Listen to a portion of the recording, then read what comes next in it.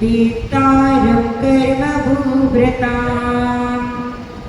ज्ञातारं विश्वतत्त्वानां वन्दे तद्गुणलब्धये वन्दे तद्गुणलब्धये वन्दे तद्गुणलब्धये। जय बोलो आदिनाथ भगवान की जय। जय बोलो महावीर स्वामी भगवान की जय। जय बोलो परम पूज्य आचार्य वंशी आदि सागर जी महावीर की जी गुरु सागर जी सन्मति सागर जी गुरुदेव की जय।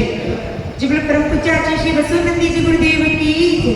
जय बोलो परम पूज्य आचार्य श्री कर्म विजय नंदी जी गुरुदेव की जय। सूर्य आदि महावीर कीर्ति गुरुवे नमः। सूर्य विमल सन्मति गुरुवे नमः। सूर्य सुंदर सागर गुरुवे नमः। तस्मै श्री गुरुवे नमः। तस्मै श्री गुरुवे नमः। जीवन परम पूज्य आचार्य वंशी सुंदर सागर जी गुरुदेव की जय हो। जीवन परम पूज्य श्री विशंक सागर जी गुरुदेव की जय हो। जीवन परम पूज्य श्री श्यामकर नंदी जी गुरुदेव की जय हो। सबकी एकाश नहीं लग रहा है, किसी की भी जयकारा में बिल्कुल आवाज नहीं। धर्म प्रेमी बंधुओं, आज उत्तम सत्य धर्म का दिन। 4 दिन गए। क्रोध, मान, माया और लोभ 4 कषाय छूटने के बाद ही अपने जीवन में उत्तम सत्य धर्म अवतरित होगा। आचार्य भगवान उमा स्वामी महाराज ने तत्वा सूत्रों में सत्य धर्म की भावना बतलाते हुए कहते हैं कि क्रोध, लोभ, विरुद्ध, हास्य, प्रत्याख्यानानुविचि भाषण च पंच, ये सत्य व्रत की 5 भावनाएं। क्रोध मतलब जो इंसान क्रोधी होता है उसके जीवन में सत्य धर्म कभी अवतरित नहीं हो सकता। सेकेंड नंबर क्या बताया? क्रोध के बाद लोभ, मतलब जो इंसान लोभी होता है, लालची होता है, क्योंकि उसके अंदर क्या एक लोभ कषाय बैठी हुई है किसी भी चीज को पाने की, तो वो सत्य नहीं बोल पाएगा। तीसरे नंबर में बताया भीरु, भीरु मतलब भयभीत। अगर कोई इंसान डरा हुआ है तो वह सत्य नहीं बोल पाएगा। और हास्य मतलब कोई हंसी मजाक कर रहा हो, हंसी मजाक करने वाला व्यक्ति भी सत्य नहीं, मतलब उसके जीवन में सत्य अवतरित नहीं हो सकता है। और 5वें नंबर का बताया है जिनागम का विरोध करने वाला व्यक्ति, जो जिनेंद्र भगवान के द्वारा कही हुई वाणी है उसका विरोध करता है, तो उसके जीवन में भी सत्य धर्म कभी अवतरित नहीं होता है। कहते हैं सत्यम ब्रूयात् च प्रियम ब्रूयात्, न ब्रूयात् सत्यम प्रियम, नान्यत् च प्रियम ब्रूयात्, येषां धर्म सनातनः। सत्यम ब्रूयात्, क्या बोलो? सत्य बोलो। प्रियम ब्रूयात्, क्या बोला? प्रिय बोलो। न ब्रूयात् च सत्यम प्रियम, मतलब अप्रिय सत्य मत बोलो, मतलब ऐसा आप सत्य मत बोलो जिससे किसी को क्या करे, बुरा लगे। मतलब किसी कोई एक आपसे कहा है, ठीक है, अब आपने उसके सामने क्या बोल दिया कि अरे काने इधर आ, तो ये क्या एक सत्य तो है, वो काना है, लेकिन क्या है उसको बुरा लगेगा, इसलिए अप्रिय सत्य मत बोलो। नान्यत् च प्रियम ब्रूयात्, नान्यत् च प्रियम ब्रूयात्, मतलब प्रिय असत्य भी मत बोलो, मतलब आप ऐसा झूठ भी मत बोलो जिससे क्या हो, प्रिय तो हो लेकिन झूठ मत बोलो। अप्रिय प्रिय असत्य मत बोलो। यही क्या है? सनातन धर्म है, यही क्या है? सत्य धर्म है। एक बार एक मुनिराज एक छोटी सी शिला पर ध्यान करने के लिए बैठे थे। ध्यान करते हुए बैठे थे तो इतने में से एक गाय भागती हुई उनके सामने से निकलती है। तो उस गाय भागती हुई जा रही थी, उनके पीछे पीछे एक व्यक्ति वो हाथ में शस्त्र लिए हुए पीछे पीछे भाग रहा था। अब वो मुनिराज को आकर के पूछता है कि मुनिराज आपने किसी गाय को यहाँ से भागते हुए देखा है क्या? जब मुनिराज ने उसके हाथ में शस्त्र देखा तो मुनिराज को उसका अभिप्राय पता चल गया कि यह गाय को मारने के लिए आया है। इससे अगर मैं सत्य बोलूँगा तो एक निरपराध प्राणी की हिंसा हो जाएगी, और अगर मैं झूठ बोलूँगा तो सत्य महाव्रत में मेरे दोष लग जाएगा। तो मुनि ने उपाय सोचा। वो जिस स्थान पर बैठे थे उस स्थान से वो एक कदम आगे आ गए और फिर ये बताया कि मैंने तो इस स्थान से बैठे हुए तो किसी भी गाय को जाते हुए नहीं देखा है। तो देखो, उन्होंने स्थान बदल करके बात की। उन्होंने ये कहा कि मैं इन्हें इस स्थान से तो नहीं देखा है। तो इससे उनका क्या हो गया? सत्य महाव्रत के दोष भी नहीं लगा और उस एक निरपराध प्राणी की जान भी बच गई। मतलब सत्य, देखो उन्होंने अपने दोनों चीजें, ऐसा भी झूठ नहीं बोला। अगर वो सत्य कह रहे थे तो उस गाय की हिंसा हो जाती, और झूठ तो वो बोल नहीं सकते मुनिराज थे। इसलिए सत्य को हमेशा अपने जीवन में क्या करना चाहिए? अंगीकार करना चाहिए। हम पर्युषण पर्व में 10 दिन सत्य धर्म का रोज अर्घ चढ़ाते हैं। क्या आता है सत्य धर्म के अर्घ में?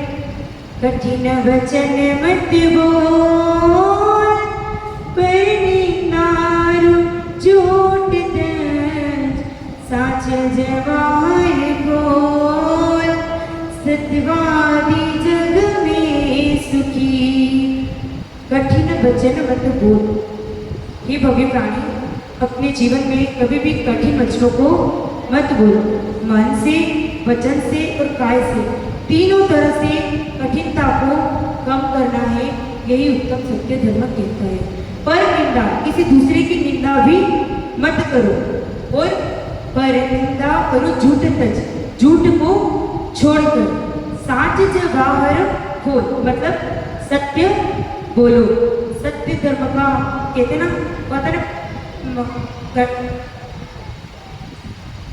सत्य धर्म में, सत्य धर्म की एक कहानी आती है कि एक सत्य व्यक्ति था। अगर कोई जीवन में अपने सत्य धर्म को पालन करता है तो उसका जीवन कितना परिवर्तित हो जाता है। इस संबंध में एक कथा है। एक सत्य व्यक्ति था, सत्य व्यसन करता था। तो वो एक बार किसी जंगल में किसी लड़की को खींच करके ले जा रहा था। वहाँ एक साधु तपस्या कर रहे हुए बैठे हुए थे ध्यान में। उन्होंने लड़की के चीखने की आवाज़ सुनी तो साधु महात्मा ने चिल्लाया कि कौन है वहाँ पर, कौन है? तो वो जो सत्य व्यक्ति था वो डर के मारे उस लड़की को छोड़ करके उन साधु महात्मा के पास पहुँच जाता है। अब साधु कहते हैं कि तुम क्या कर रहे थे, तुम कौन सा पाप कर रहे थे? तो साधु व्यक्ति ने कहा कि मतलब वो तो डर गया था। तो साधु ने कहा कि तुम कौन सा पाप कर रहे थे? अब वो डर के मारे कुछ बोल नहीं पाया। साधु ने फिर से पूछा कि तुम जो पाप कर रहे थे क्या इसका फल तुम कौन भोगेगा?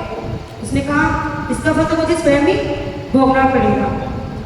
तो उसने उसका फल उसको स्वयं ही भोगना पड़ेगा। ऐसा कहते हुए वो सत्यव्यसनी व्यक्ति कहता है कि साधु महात्मा मैं अपना कल्याण करना चाहता हूँ।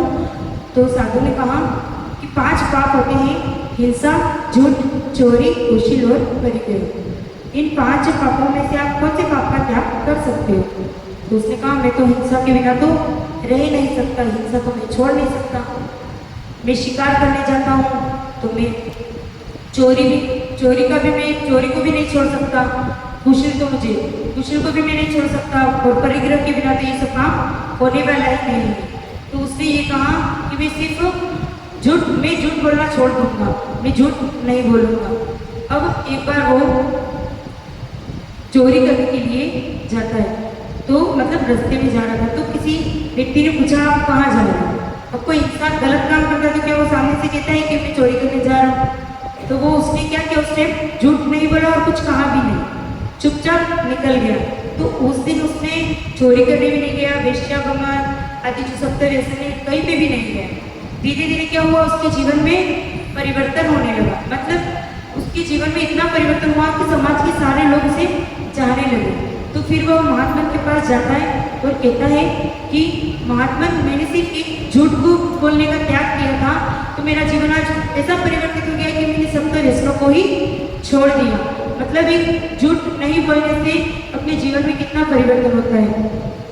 वो एक सॉन्ग आता ना, झूठ बोले कौवा काटे ऐसे पापों से डरियो, झूठ बोले कौवा काटे ऐसे पापों से डरियो, ये पाप नरक ले जाएगा तुम देखते रहियो, ये पाप नरक ले जाएगा तुम देखते रहियो। इसलिए ये पाप नरक में ले जाएगा। राजा वसु अपने जैन धर्म में राजा वसु जो धर्म का राजा था, लेकिन झूठ बोलने के कारण वो कहाँ गया? नरक में गया। इसलिए झूठ तो कभी नहीं बोलना चाहिए।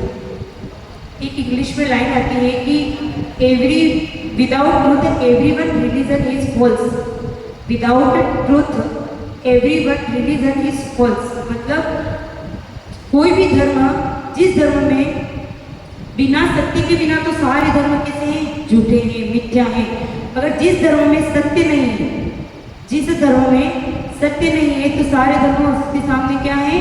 झूठा है। जैसे अपना जैन धर्म कैसा है? सत्य है ना। तो बहुत से धर्म, जिस धर्म में सत्यवादिता नहीं है, वो धर्म झूठा है।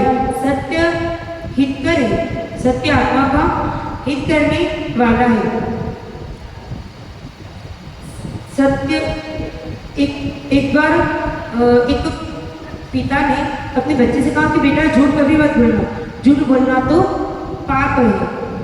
अब थोड़ी ही देर में सामने से कोई एक अंकल आ रहे थे, तो उसके पिता ने उस बेटे से कहा कि ये अंकल के अगर इधर से आ रहे हैं और पूछे कि पापा कहाँ हैं, तो आप बोल देना पापा तो बाहर गए हैं। अब वो बच्चा कहता अभी तो आप पापा बोल रहे थे कि झूठ बोलना तो पाप है, और अभी आगे मुझसे झूठ बोलवा रहे हो। तो पिताजी कहते हैं ज़्यादा जबान मत लड़ा, तेरे को जितना बोला उतना कर। तो वो अंकल जी आते हैं, उस बेटे से पूछते हैं कि तेरे पापा कहाँ गए। तो वो बच्चा कह देता है कि पापा तो अभी थोड़ी देर के लिए बाहर गए। तो अंकल ने अंकल ने पूछा कि बेटा कब तक आएंगे।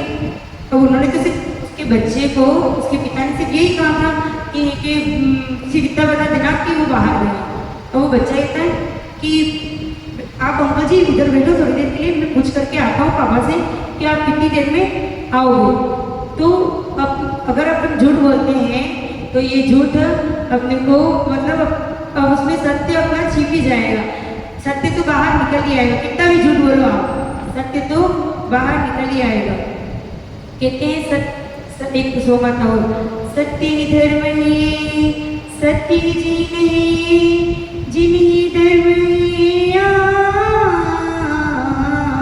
सत्यम जिनम जिन्वरम, सत्यम जिनम जिन्वरम, मतलब सत्य ही धर्म है।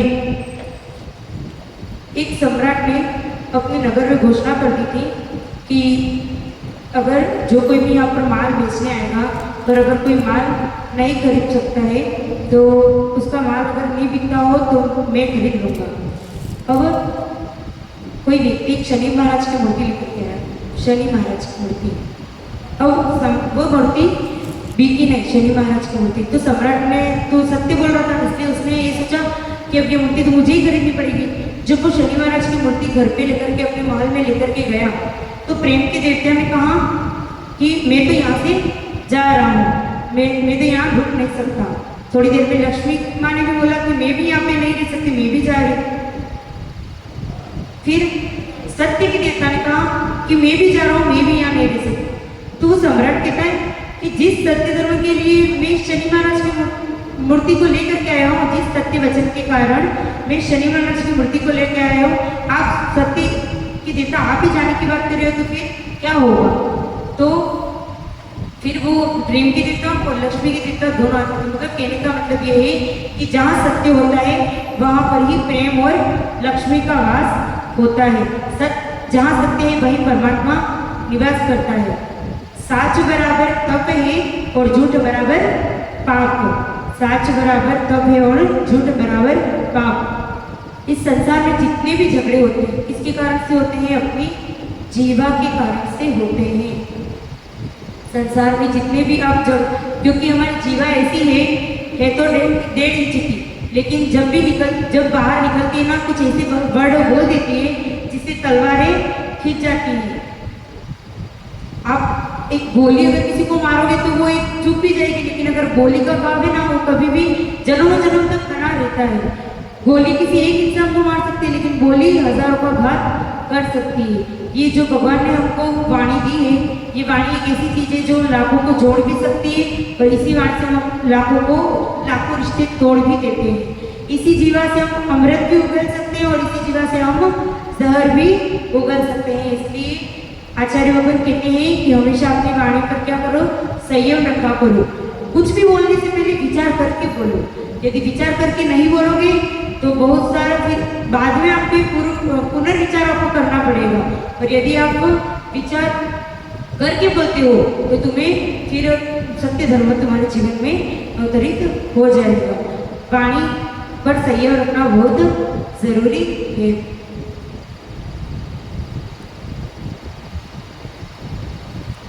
हाँ, महाभारत में सुना है, महाभारत देखी भी होगी। महाभारत में द्रौपदी ने मुख से सिर्फ 2 शब्द ही निकाले थे कि अंधे के पुत्र अंधे होते हैं, तो पूरी महाभारत खड़ी हो गई। उन्होंने सिर्फ ये कहा था कि अंधे के पुत्र कैसे होते हैं, अंधे होते हैं। और दुर्योधन कौन था? उसका देवर था, द्रौपदी का देवर था दुर्योधन। वो तो देवर और भाभी में तो मजाक चलता है, तो उस मजाक के चक्कर में ही दुर्योधन ने ऐसा अन्याय कर दिया कि द्रौपदी का क्या कर दिया, चीर हरण करने की नौबत ला दी, वो भी भरी सभा में। मतलब उस द्रौपदी के सिर्फ थोड़े से कठिन वचन ने, उन्होंने सिर्फ मजाक की थी, लेकिन मजाक में भी किसी को कठिन वचन मत बोलो। इस द्रौपदी के थोड़े से कठिन वचन ने भरी सभा में चीर हरण की नौबत ला दी। महाभारत का युद्ध किसी और का नहीं है, सिर्फ बातों का युद्ध है। वहां पर द्रौपदी ये की थी कि चीर हरण करने, मतलब मुझे नग्न होने को क्यों कहा। तो जब दुर्योधन ने उनको कहा कि अंधे के पुत्र अंधे होते हैं, तो फिर अंधों के सामने तो नग्न होने में आपको क्या दिक्कत आएगी? क्योंकि आपने तो बोला ना अंधे के पुत्र अंधे होते हैं, तो मैं अंधा हूँ तो मेरे सामने नग्न होने में आपको क्या शर्म है? मतलब सिर्फ द्रौपदी को इतना कहने के बाद ये पूरी महाभारत खड़ी हो गई। द्रौपदी ने ये कहा कि मेरे को क्यों नग्न होने को कहा, दुर्योधन ने कहा कि मेरे को क्यों अंधा कहा। मतलब इसी ये बातों का ही झगड़ा है। संसार में भी जितने भी झगड़े होते हैं वो सब किसे होते हैं? बातों का ही झगड़ा है। एक छोटी सी कथा है, मतलब मैंने कहीं पढ़ी थी कि किस तलाक का कोई केस था। अब तलाक का केस था, शादी के जस्ट दूसरे दिन बाद तलाक। तो जज साहब ने जब कोर्ट में बुलाया पति पत्नी दोनों को और पूछा कि क्यों आप मतलब उनको पता नहीं था शादी के दूसरे दिन पर, उन्होंने पूछा कि क्यों तलाक ले रहे हो, क्या ऐसा हो गया? तो वो पति कहता है कि बात इस जवाब का हम पर झगड़ा हुआ है कि मैं अपने बच्चे को तो डॉक्टर बनाना चाहता हूँ, और ये मेरी पत्नी है वो इंजीनियर बनाना चाहती है, और मेरे जो घर वाले हैं, मेरे माता पिता हैं, वो दुकानदारी करवाना चाहते हैं।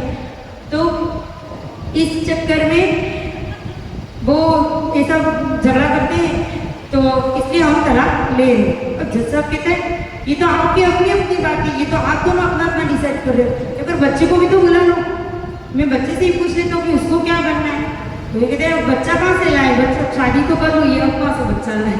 मतलब ये सब क्या है, सब बातों का झगड़ा है। मतलब ये संसार में जितना भी है सब मूर्खतापूर्ण झगड़े करते हैं लोग, ना तो देखते ना कुछ नहीं।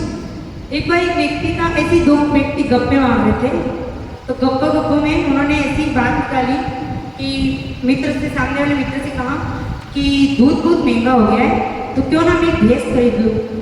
तब सामने वाले मित्र ने कहा अरे यार अच्छा है, तू तो भैंस खरीद रहा है।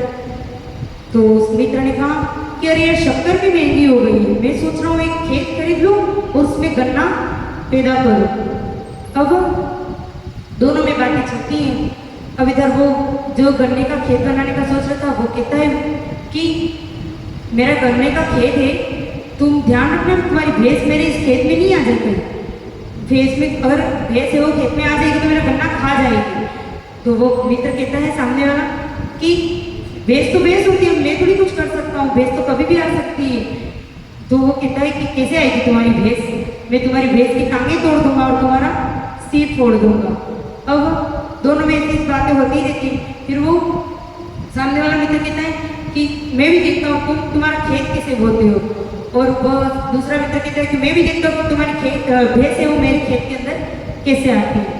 अब ऐसी बात, वो जो सामने वाला मित्र था वो एक वहाँ से एक कोयले का पत्थर लेता है, कोयला को लेकर के खेत बना देता है, उसमें गन्ने को उगा लेता है। अब वो कहता है कि मैं, अब देखो ये मेरा खेत है, मैं भी देखता हूँ तुम्हारी भैंस कैसे आती है मेरे खेत के अंदर। और वो जो सामने वाला मित्र होता है वो क्या करता है, कंकड़ लेता है और कहता है कि देखो ये मेरी भैंस तेरे खेत में आ गई। अब दोनों में ऐसा झगड़ा हो जाता है, दोनों में मारा पीटी हो जाती है, पुलिस को फोन कर दिया जाता है, FIR लिख दी जाती है। पुलिस आती कहती है कि तुम्हारे दोनों में झगड़ा हो गया है, बताओ तुम्हारी कौन सी भैंस ने कितना गन्ना खाया है, मैं भी तो देखूं। तो तुम्हारी भैंस ने कितना गन्ना खाया है। तो वो जो पुलिस वाले देखते हैं कि वहाँ पे तो कोयले की लकीर, कोयले से लकीर खींची हुई है, खेत बना हुआ है और कंकड़ रुपी भैंस बना हुआ है। मतलब फिर वो अपना सर माथा, मतलब उसके माथे पे हाथ रखता है कि ये क्या है। मतलब संसार की कितनी विचित्र दशा है कि सब झगड़े क्या होते हैं, व्यर्थ के ही करते हैं। एक अपन औरतें रहती हैं, अब यहाँ पे तो बैठते नहीं होंगी, लेकिन हमारे उधर क्या है, जैसे बाहर बैठते हैं तो बातों में क्या कर लेते हैं, सब इधर उधर की बातें करते हैं, झगड़े हो जाते हैं, इसलिए बाहर बैठना ही नहीं। एक बार एक व्यक्ति, एक अंतिम स्टोरी है, फिर अपनी बात को विराम होगी। एक बार एक व्यक्ति ने एक बार एक व्यक्ति ने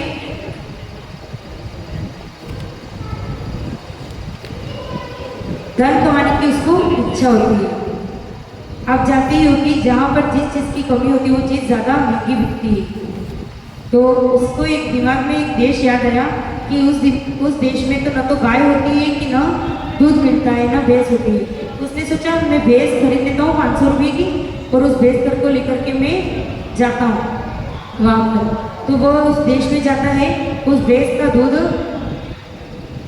गाय का दूध निकालता है और वह राजा के दरबार में पहुँचता है। दूध लेकर के जाता है और कहता है, राजा मैं आपके पास में एक ऐसी चीज़ लेकर के आया हूँ जो बहुत ही स्वादिष्ट है। जब राजा उस दूध, मतलब जो राजा उस दूध को पीता है तो कहता है कि ये तो ऐसी चीज़ है जो मैंने पहले कभी नहीं पी, इसका स्वाद तो बहुत ही अच्छा है। दूसरे दिन वो उसी दूध की रबड़ी बना करके ले जाता है। वह राजा उस रबड़ी को चाटते ही रह जाता है और उसको बहुत सारे रत्न देता है।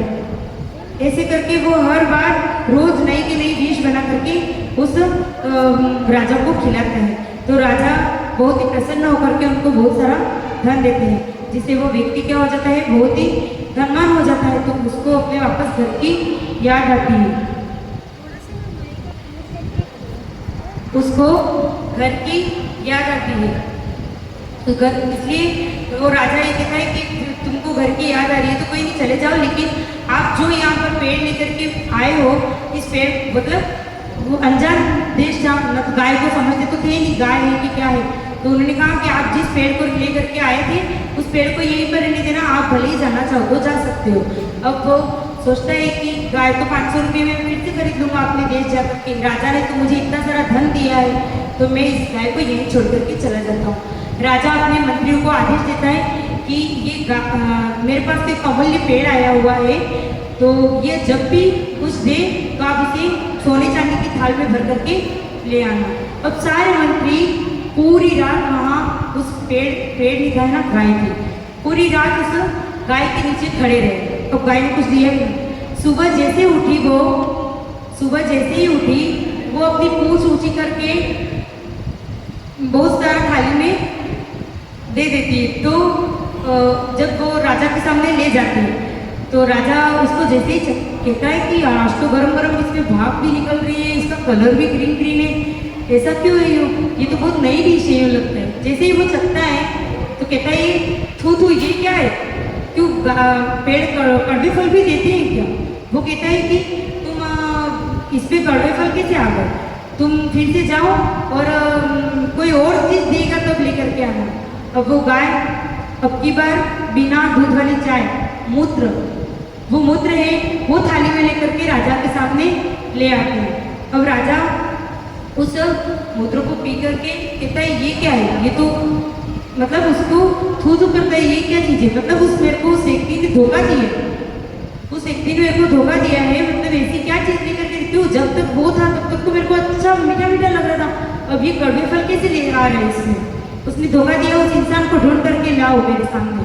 तो वो अपने कोपालों को सारों को भेजता है और वो उस व्यक्ति को ढूंढ करके लाते हैं। और वो व्यक्ति कहता है मैं, अब वो जब सब जाते हैं पूछते हैं कि आपने मेरे राजा को धोखा दिया, राजा को धोखा देने पर क्या परिणाम होता है ये आपको पता है? तो राजा है वो राजा को धोखा देने का परिणाम क्या होता है ये उसको पता नहीं था। अब उस व्यक्ति कहता है कि आज तो 10 लक्षण धर्म है, उत्तम सत्य धर्म का दिन है, मैं झूठ नहीं बोल रहा हूँ, मैंने आपको वही चीज़ दी है जो मैंने पहले सही चीज़ ही दी है।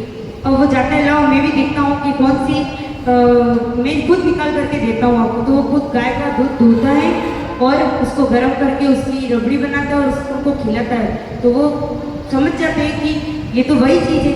फिर वो कहता है कि अगर आप पुरुषार्थ नहीं करोगे तो बिना पुरुषार्थ के तो कोई भी चीज़ आपको मूत्र ही मिलने वाला है, बिना पुरुषार्थ के आप सीधा जा करके वहाँ पर खड़े हो जाओगे थोड़ी कुछ मिलेगा। मैं कहते ना तप करी जो कर्म की पावे, मतलब जो तप करता है वही कर्म को नष्ट करता है। उन्होंने भी परिश्रम करके दूध को दूहा, उसको गर्म किया, उसकी रबड़ी बनाई। इसलिए हमेशा पुरुषार्थ को करना चाहिए, सत्य धर्म को अपने जीवन में अंगीकार करना चाहिए। आज का दिन कठिन वचनों को अपने हृदय में से निकालने का, सत्य धर्म को अपने जीवन में आधारित करने का दिन है। ओम नमः सिद्धिदेव जय बोलो परम पूज्य आचार्य भगवान श्री सुंदर सागर जी गुरुदेव की जय।